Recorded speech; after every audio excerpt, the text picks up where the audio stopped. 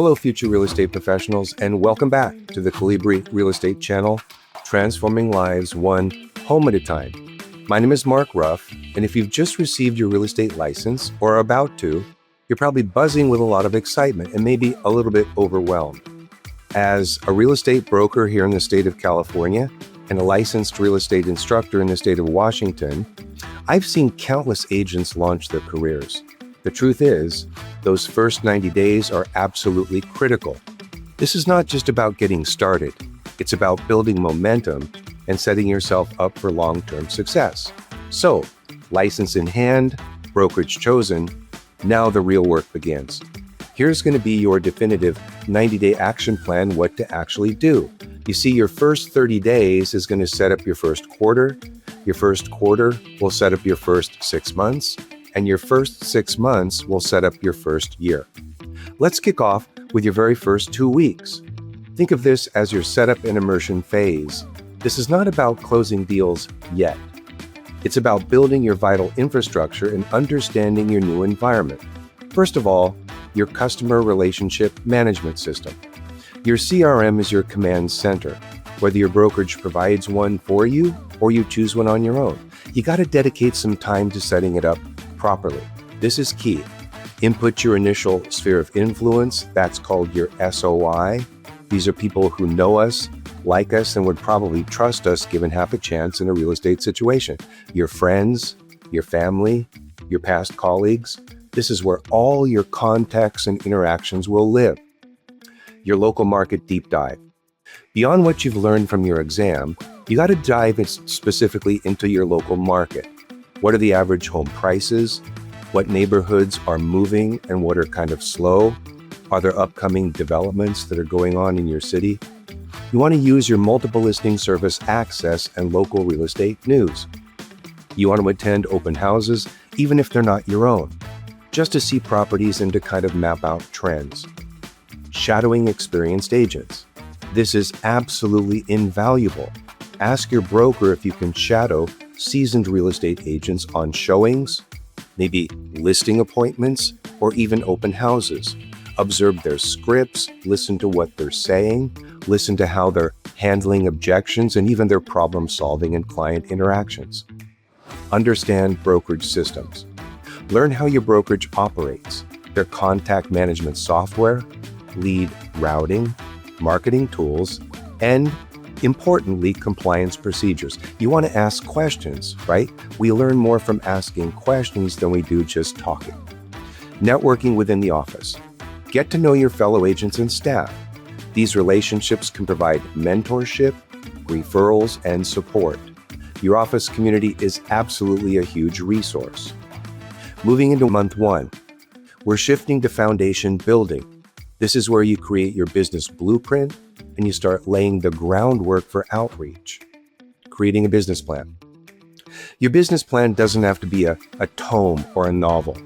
A simple one-page plan outlining your income goals, your marketing strategies, your prospecting techniques, and target niche will guide you. What kind of properties do you want to sell? And who is your ideal client? Setting goals. Beyond just income, set activity-based goals. How many new people do you want to contact each week? Now, we're not talking about outbound phone calls only. There might be door knocking, and not just dials or door knocks, but actual contacts. That's the most important thing in the business. How many open houses will you hold? How much time will you spend marketing? And set specific, measurable goals. That's key. Perfecting scripts. Practice, practice, practice. From your initial introduction to handling common objections, having well-rehearsed scripts will build your confidence.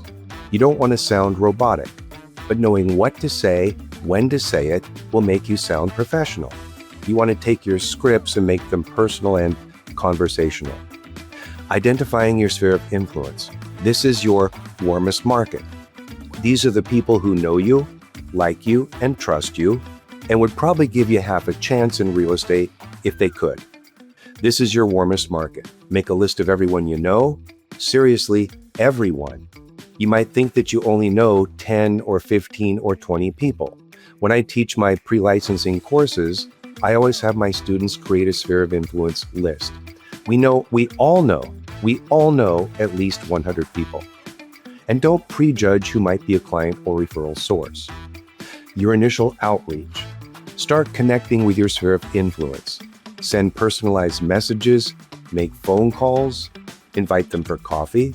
Let them know now that you're a real estate agent and how you can help them or anyone they know. We want to call people and ask them if they bump into somebody who might be thinking of buying a home or selling a home or maybe getting rich by investing in real estate. Would you even consider referring them to me? Of course they will. This is networking on a personal level. This is really important when you're starting. By month 2, it's time for active lead generation. You've built your foundation. Now it's time to start fueling your pipeline. Open houses. These are a new agent's best friend. Hold as many as you can, even for other agents. Don't just sit there. Actively engage with people who visit your open house. Collect contact information and follow up relentlessly. Follow up, follow up, follow up. That is the key to setting appointments. The only thing that moves the needle in residential real estate is appointments. Remember that. Social media content. Consistently create valuable content for your target audience. Share market updates, neighborhood highlights, home ownership tips, and behind-the-scenes glimpses of your real estate business. Be consistent and be authentic. Use short-form video like the one you're watching now for maximum reach. Networking events. Attend local Chamber of Commerce meetings, community events, and even other business networking groups. Carry your business cards at all times, but more importantly than that, carry your curiosity. Ask questions, focus on building relationships, not just selling. Direct outreach strategies. This means proactive efforts like consistent follow-up with your sphere of influence. What did I just say? Follow up, follow up, follow up. Engage with online communities and perhaps even explore hyperlocal marketing strategies like door knocking in targeted neighborhoods if you're comfortable with that. As you enter month 3, your focus now starts shifting to nurturing the leads that you've generated in the previous 2 months and converting them into actual clients and, of course, close deals. Follow-up systems. Your contact relationship manager, your CRM, should be humming by now. Implement consistent follow-up sequences like emails and text messages and direct phone calls. It might take multiple touches before a lead is ready to move forward. Many studies say that you have to make 5 contacts before they'll book an appointment. So don't be afraid of that. Follow up, follow up, follow up. Consistency is key here. Client meetings. You'll start having more in-depth client conversations and consultations, buyer presentations, and really importantly, seller listing appointments. Practice your presentations so you can confidently articulate your value proposition. Your value proposition is the answer to this very important question. Why should I do business with you versus doing it myself, doing it with somebody else, or doing nothing at all? That is the answer to your value proposition. Preparing for your first transaction.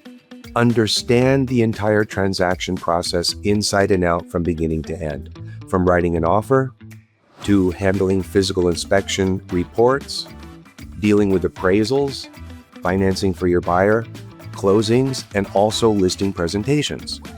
Work closely with your mentor, sponsor, or broker on your first few deals. Problem solving. Deals rarely go perfectly smoothly. There's going to be bumps. Be prepared to problem solve, negotiate, and remain calm under pressure.